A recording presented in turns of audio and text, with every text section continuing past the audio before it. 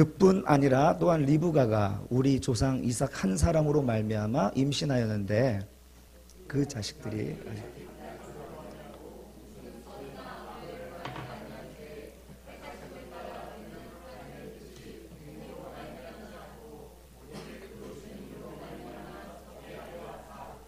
리브가에게 이르시되 큰 자가 어린 자를 섬기리라 하셨나니 기록된 바 내가 야곱은 사랑하고 에서는 미워하였다 하심과 같으니라.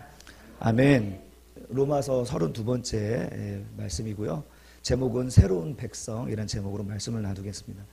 지난주 설교를 잠깐 리마인드하면 사도 바울이 8장까지 아무도 세상에 그 무엇으로도 끊을 수 없는 하나님의 사랑에 대해서 이야기합니다.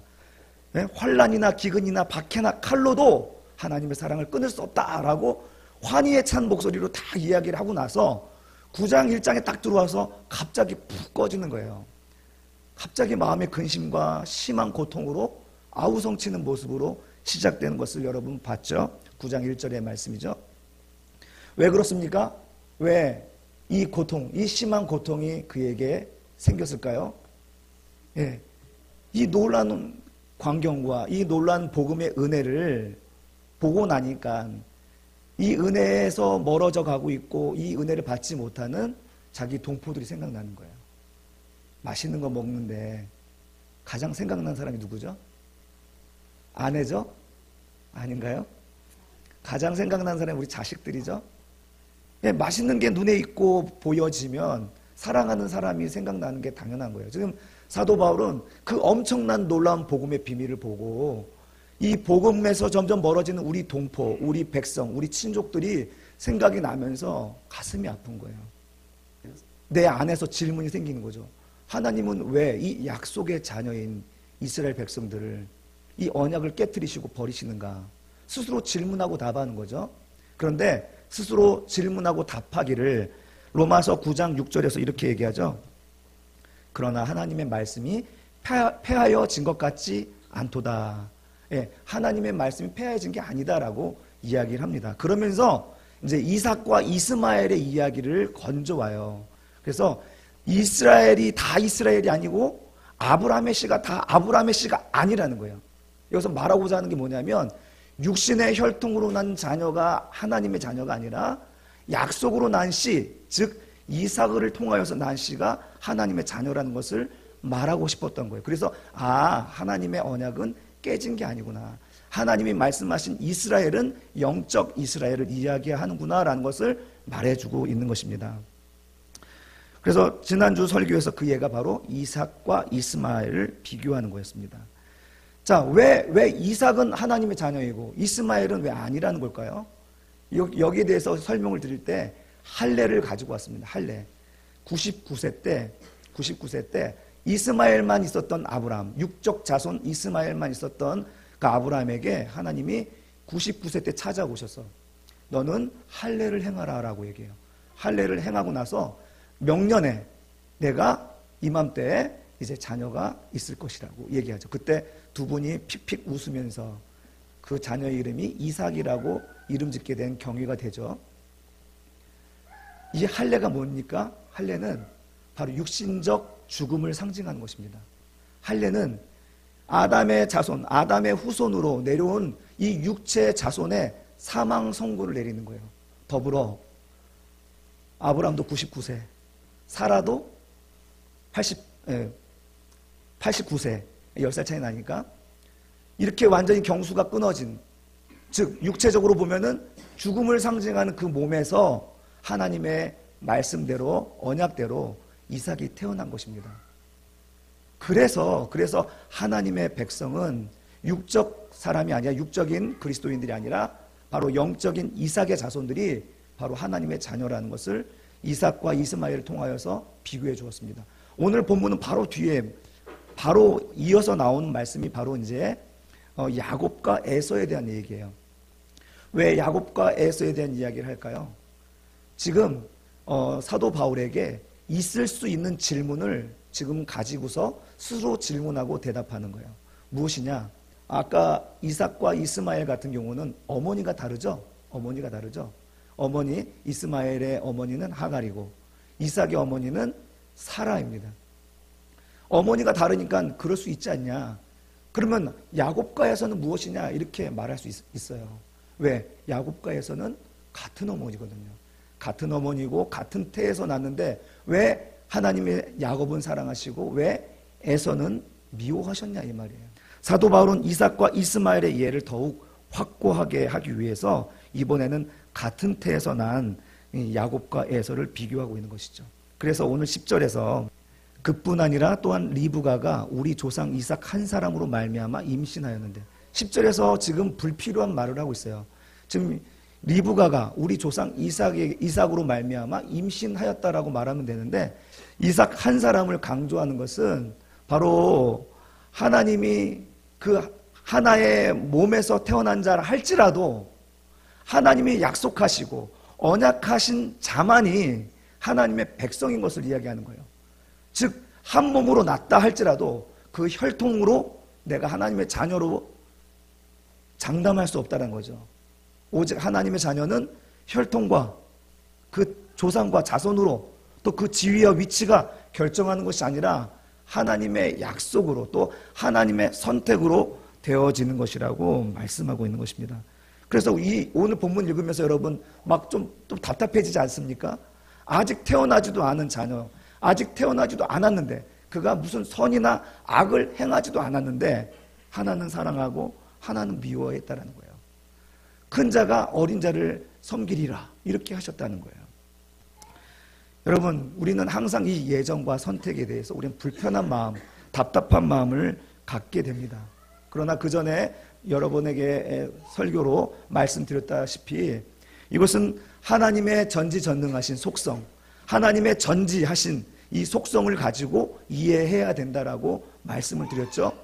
우리는 점과 선과 면에 대해서 또 공간에 대해서 우리는 3차원에서 살고 있는 사람들입니다.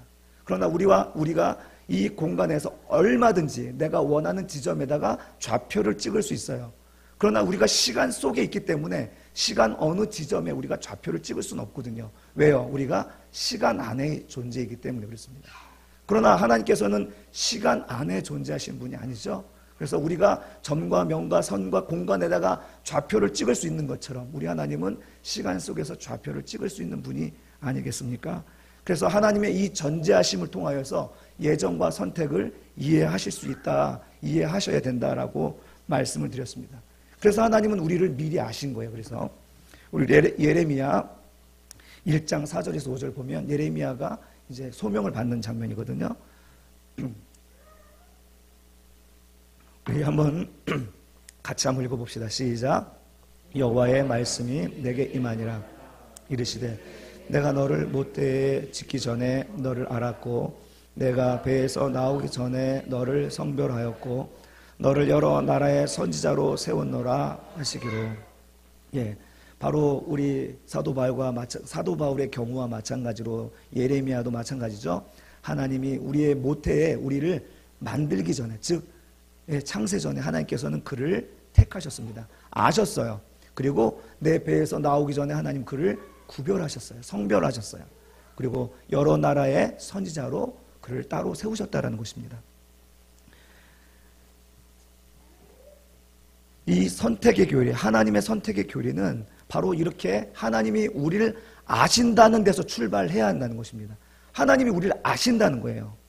그래서 전지하신 하나님이 나를 아시기 때문에 하나님은 우리를 따로 구별하셔서 하나님의 목적과 계획을 따라 하나님이 사랑해 주시는 것입니다. 사람들은 오늘 본문에서요 13절 에서를 미워했다 이 말에 당혹스러워합니다. 어떻게 미워할 수 있을까? 우리가 읽었지만 11절에서 그러잖아요. 태어나지도 않았고 어떤 선이나 악을 행하지도 않았는데 그를 미워했다. 이걸 어떻게 이해하라고요? 하나님의 전지하심, 하나님의 전지하심을 통하여서 이해하시라고 말씀드렸죠. 또 하나는 어휘적으로 절대적인 미움을 의미하지 않습니다. 이것은 상대적인 태도를 이야기하는 거예요. 이 단어가 똑같이 예수님께서 사용하셨는데 누가복음 14장 26절입니다. 무릇 내게 오는 자가 자기 부모와 처자와 형제와 자매와 더욱이 자기 목숨까지 미워하지 아니하면 능히 내 제자가 되지 못하고. 예, 부모와 처자를 버리라는 얘기입니까? 자기 목숨을 스스로 끊으라는 얘기입니까? 그게 아니죠. 상대적인 거예요. 내가 하나님과의 관계 속에서 이 방해 요소가 되는 것이 좋지 않다라는 어떤 의미, 상대적인 의미로 이 말씀을 하시는 거거든요. 마찬가지입니다. 오늘 본문도 에서를 미워한다는 말은 에서가 미워서가 아니라 야곱을 더 사랑하기 때문에 이렇게 상대적으로 표현을 하는 것입니다. 본문의 말씀을 읽을 때에도 말라기서의 말씀을 봐도 이 말씀은 야곱을 더 사랑했다. 그래서 야곱을 택했다. 그런데 너희는 왜 하나님으로부터 멀어지느냐? 여기에 관점이 있는 거예요. 왜 에서를 미워했느냐? 여기에 관점이 있는 게 아니라요. 그래서 우리는 왜 에서를 미워했어요? 하면서 하나님께 질문하고 하나님께 반기를 드는 경우가 있죠. 그건 성경을 잘못 보는 것입니다. 성경은 하나님의 계획과 특별한 목적에 의해서 야곱을 택했기 때문에 야곱을 사랑했다라고 표현한 것입니다. 그래서 사랑하는데 덜 사랑한다는 의미라기보다는 사랑하는데 야곱을 더 사랑한다는 의미로 이 본문을 읽으시면 되겠습니다. 왜 하나님이 이렇게 하실까요? 왜 하나님은 야곱을 더 특별히 사랑하셔서 특별히 아셔서 그를 따로 구별하셨을까요? 여러분, 논리적인 결론이 나오지 않습니까? 논리적으로 마땅히 나와야 될 질문이 아니라 답이 바로 우리에게 하나님이 놀라운 계획과 목적이 있기 때문이라는 것이 아니겠습니까? 하나님은 야곱과 에서 가운데에서 야곱을 통하여서 하나님이 이루실 무엇인가가 있었기 때문에 그를 택하신 겁니다. 그를 택하셔서 사랑하셔서 구별하였고 그리고 하나님이 세우신 것입니다. 예레미야도 마찬가지죠. 그를 아셨습니다. 그리고 구별하셨고 그를 통하여 열방의 빛으로 삼아 주신 것입니다. 사랑하는 성도 여러분, 성경은 우리도 역시 마찬가지라고 이야기하고 있습니다. 성경은 우리가 하나님 앞에서 창세 전에 이미 선택된 자라고 이야기하고 있습니다. 창세 전에 하나님이 이미 아신 자라고 얘기하고 있죠. 에베소서 1장 4절입니다. 곧 창세 전에 그리스도 안에서 우리를 택하사 우리로 사랑 안에서 그 앞에 거룩하고 흠이 없게 하시려고. 하나님이 우리를 창세 전에 이미 아셨어요. 그런데 우리는 그 사실을 모르지만 우리를 택하시고 우리로 사랑 안에서, 즉 예수 그리스도의 사랑 안에서 우리를 거룩하게, 거룩이라는 게 뭐죠? 구별시킨다는 거잖아요. 우리를 따로 구별시켰다라는 거예요. 그리고 흠이 없게 하시려고 하나님이 우리를 부르셨습니다. 데살로니가 후서 2장 13절에도 주께서 사랑하시는 형제들아 우리가 항상 너희에 관하여 마땅히 하나님께 감사할 것은, 같이 읽읍시다. 시작. 하나님이 처음부터 너희를 택하사 성령이 거룩하게 하심과 진리를 믿음으로 구원을 받게 하심이니. 마찬가지죠. 이 진리를 발견한 우리 믿음의 선조들, 우리 사도들 다 동일한 이야기를 하고 있습니다. 하나님이 처음부터 우리를 택하셨어요. 아셨기 때문에. 그리고 성령으로 거룩하게 구별하셨다는 것입니다. 어떻게, 무엇을 위하여? 구원을 얻게 하기 위하여. 사도행전 13장 47, 48절 우리 다시 한번 같이 읽어볼까요? 시작.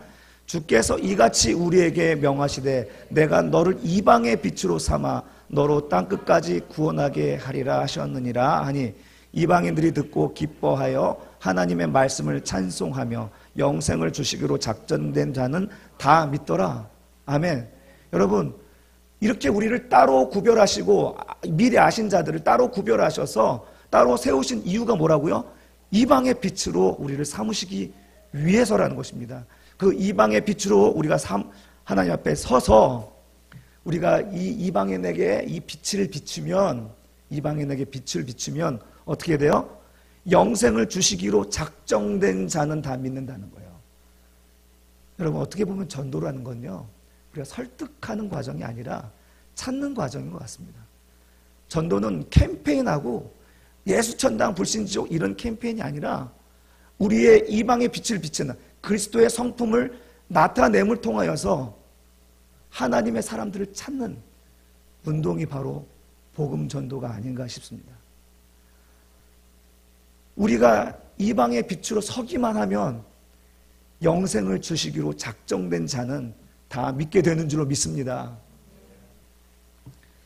이처럼 하나님은요, 사람의 역사 속에서 하나님의 사람들을 구별하였습니다. 성경에서도 보면 그건 이스라엘의 역사입니다. 그런데 그 이스라엘의 역사를 우리가 왜 배워라고 이야기할 만도 하죠. 실제로 이스라엘의 역사니까요. 그러나 우리가 봐야 되는 것은 그 이스라엘의 역사를 보는 게 아니라 거기에 기록된 하나님의 역사, 하나님의 구원의 역사를 바라보는 것이 우리의 말씀 보는 눈인 줄로 믿습니다. 그래서 하나님의 그 계획과 그 역사를 이끌어가는 그 관점을 따라 우리가 성경을 읽을 때 하나님의 말씀의 의미가 새롭게 우리가 다가오는 것이지, 역사를 역사로, 교훈으로, 윤리로 받아들이면 이것은 아무런 우리에게 도움이 되지 아니하는 그냥 글자, 책에 불과한 것이죠. 성경은 우리에게 이런 중요한 관점을 가지라고 요구합니다. 우리는 세상 사람들과 함께 있고 세상의 역사 속에서 가지만 우리는 하나님의 역사를 이루려고 따로 구별된 자라는 사실을 성경은 이야기하고 있습니다. 하나님이 이삭을 사랑하셨습니다. 그것은 하나님의 계획과 목적을 위해서 택함을 받았다는 것을 의미합니다.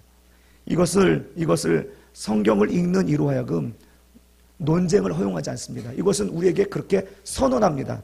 하나님이 내가 쓰기 위해서 골랐다는 것이죠. 이건 하나님의 주권적인 행위라는 것입니다.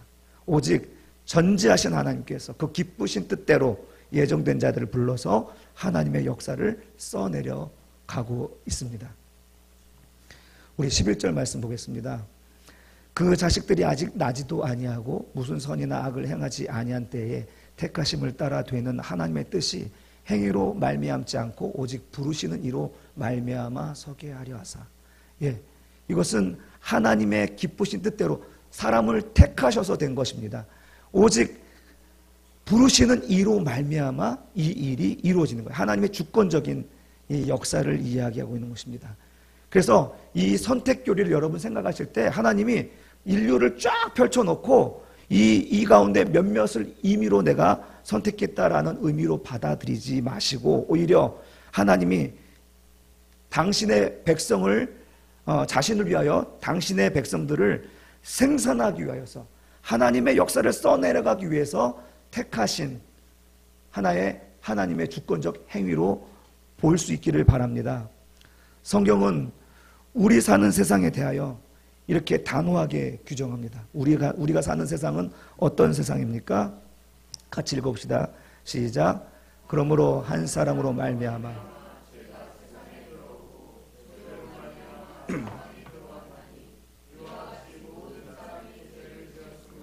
사망이 모든 사람에게 이르느니라. 아멘. 이게 바로 아담을 따라서 난 인류의 숙명이고 문제입니다. 아담의 자손은요, 바로 이와 같이 그 결과가 사망이고 그리고 죽음입니다. 멸절이라는 것이죠. 이런 상황에서 하나님의 계획이 무엇입니까? 이런 상황에서 하나님의 뜻이 무엇입니까? 바로 그들 중에 몇 사람을 택해서 좀 개선시키고 좀 살려주고 하는 정도를 이야기하는 게 아니라 두 번째 아담을 통하여서 새로운 인류, 새로운 백성을 만들어내는 데 하나님의 계획과 뜻이 있다는 것입니다. 새로운 백성이에요. 아담을 통하여서 인류가 시작되었잖아요. 그러나 지금 하나님의 계획은 뭐냐면 두 번째 아담을 통하여서 새로운 백성이 출발하게 하시려고 하나님은 이 모든 계획을 성경을 통하여서 보여주고 있는 것입니다. 자, 고린도전서 15장 45절 말씀입니다. 기록된 바 첫사람 아담은 생명이 되었다 함과 같이 마지막 아담은 살려주는 영이 되었나니. 자, 첫사람 아담은 살아있는 생명, 그러나 마지막 아담은요 살려주는 영이 되어서 이 마지막 아담으로부터 새로운 백성이 시작이 되는 것입니다. 할렐루야. 이거 하나님의 계획이고 하나님의 뜻입니다. 이게 하나님의 꿈이에요, 꿈. 이것을 위하여 성경이 기록된 것입니다. 구약부터 계시록까지. 바로 마지막 아담은 바로 예수 그리스도입니다. 십자가에서 할례, 계속 지켜야 될 이 할례가 십자가에서 완벽하게 이루어진 것입니다. 십자가 사건은요 바로 할례를 완성시키는 실체라는 것이죠. 그래서 자기 몸을 찢으시면서 아담의 자손으로 따라 죽을 육신의, 죽을 죄인의 죽음을 선언한 사건이 바로 십자가거든요. 그래서 이 십자가에서, 이 십자가의 할례를 통하여서 아담을 따르는 육체의 사망 선고를 고하시는 것입니다. 그리고 능력으로 다시 부활하셔서 예수 그리스도 안에서 새로운 인류를 만들어 가시는 일, 이 일을 위하여 하나님이 지금까지 일하고 계시는 것입니다. 여러분, 이것이 우리 안에 일어난 일인 줄로 믿습니다. 십자가에서 아담의 저주가 끊어진 줄 믿습니다. 아멘. 십자가에서 나의 옛사람이 죽은 줄로 믿습니다. 신비로운 것은 뭐냐면요, 예수 그리스도 안에서 구약의 성도들도 구원을 얻는다는 사실입니다. 우린 시간적으로 십자가 이전이잖아요, 구약이라고 하면. 그런데 참 신비로운 것은 이 구약의 성도들도 이 십자가를 통하여서 구원을 받는다는 거예요. 단적인 예로 우리 다윗이 시편 110편에서 그리스도를 주라고 표현하면서 시를 읊습니다. 그것을 예수님이 이렇게 이야기하죠. 마태복음 22장의 말씀인데요. 너희는 그리스도에 대하여 어떻게 생각하느냐? 누구의 자손이냐? 대답하되 다윗의 자손이니이다. 이르되 그러면 다윗이 성령에 감동되어 어찌 그리스도를 주라 칭하여 말하되. 무슨 말이죠? 지금 다윗의 자손을 지금 다윗이 주라고 표현하고 있는 거잖아요. 그러니까 과거에 하나님께서 성령의 감동으로 과거에 있는 사람이 앞으로 내 자손으로 태어날 그리스도를 바라보면서 주라고 표현했다는 말씀입니다. 자기 자손에게서 나온 그리스도를 바라보면서 주라고 이야기하는 이 모습을 통하여서 구약의 성도들도 그리스도를 바라보면서 구원을 얻는다, 새로운 백성이 된다는 것입니다. 이삭도 마찬가지입니다. 이삭도 하나님의 언약으로 낳은 자입니다. 그리스도 안에서 새로운 인류를 상징하는 자입니다. 그는 죽은 자 가운데에서 하나님이 주신 약속의 씨로 주신 하나님의 자녀이기 때문에 그렇습니다. 분명 몸은 아담의 유전을 따라서 어머니 태에서 났지만 하나님이 아브람도 사라도 죽은 몸과 같은 상태에서 주신 생명이기 때문에 이삭은 새로운 백성의 상징이 되는 것입니다. 사랑하는 성도 여러분, 우리도 마찬가지라는 것이에요. 우리 역시 육신으로는 아담의 혈통으로 태어났습니다. 그래서 여전히 죄와 율법이 역사하고 우리를 지배하고 있습니다. 그러나 영원히 우리를 주관하지 못할 것은 우리 안에 거룩한 씨가 심겨졌고 또 때가 되면 예수 그리스도 안에서 새로운 백성으로 우리를 불러주실 것이기 때문입니다. 사랑하는 성도 여러분, 하나님이 예레미야를 불러주신 것처럼 하나님은 저와 여러분을 아십니다. 창세전에 여러분을 택하셨습니다. 그리고 어머니 뱃속에서 우리가 출생하기 전에 하나님 우리를 이미 구별하여 주셨습니다. 그리고 하나님의 계획과 목적을 위해서 우리를 이 땅에 심어주시고 세워주신 줄 믿으시기 바랍니다.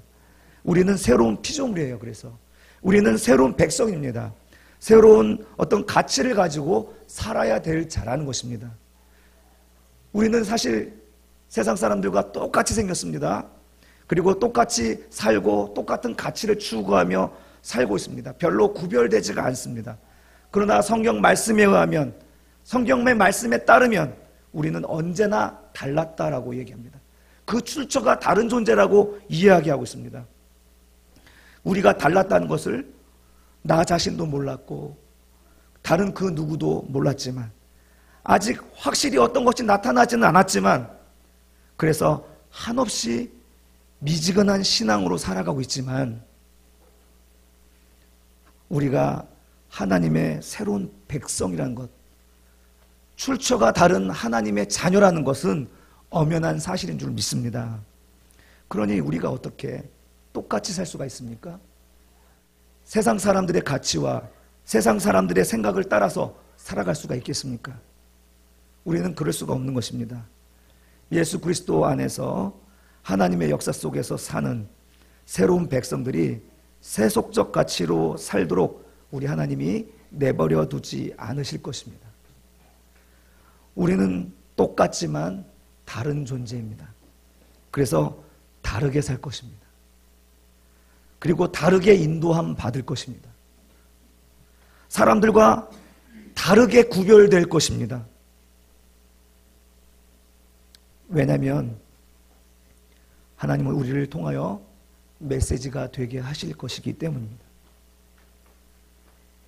예레미야를 구별하신 것은 그 목적과 계획이 무엇이었습니까? 열방의 선지자로 세우기 위함이었잖아요. 바울을 따로 구별하신 목적과 계획이 무엇입니까? 그를 이방의 선지자로 세우기 위함이었습니다. 사랑하는 성도 여러분, 하나님이 우리를 따로 구별하신 이유가 무엇입니까? 우리로 하여금 이방의 빛으로 부르셔서 그 빛을 보고 믿는 자들을 모으기 위해서인 줄로 믿습니다. 사도행전 아까 읽었던 13장 47, 48절 말씀 다시 읽어보며 되새겼으면 좋겠습니다. 주께서 이같이 우리에게 명하시되 내가 너를 이방의 빛으로 삼아 너로 땅끝까지 구원하게 하리라 하셨느니라 하니 이방인들이 듣고 기뻐하여 하나님의 말씀을 찬송하며 영생을 주시기로 작정된 자는 다 믿더라. 아멘. 사랑하는 성도 여러분, 하나님이 당신을 이 세상을 향해 메시지로 삼으실 때에 이상히 여기지 마십시오. 당신은 당신의 지식으로 하나님을 전하는 메신저가 될 수 있습니다. 여러분은 여러분이 가진 물질로 하나님을 전하는 메신저가 될 수 있습니다. 또 여러분은 여러분이 가진 재능으로 하나님의 메신저가 될 수 있습니다. 또 여러분은 여러분이 가진 그 경험으로 하나님의 메신저가 될 수 있습니다. 뿐만 아니라 여러분이 약함으로도, 여러분이 가지고 있는 질병으로도, 여러분이 만난 그 어려움과 고난을 통해서도 하나님을 전하는 메시지가 될 수가 있습니다. 그 어떤 상황에서든지 하나님은 우리를 부르셔서 따로 구별하셔서 우리를 향한 목적과 계획이 여러분과 저에게 있는 줄로 믿습니다. 사랑하는 성도 여러분, 우리는 같은 모습으로 사람의 역사 속에서 살지만 하나님의 구원의 역사를 위해서 따로 구별되어 세워주신 분인 줄로 믿습니다.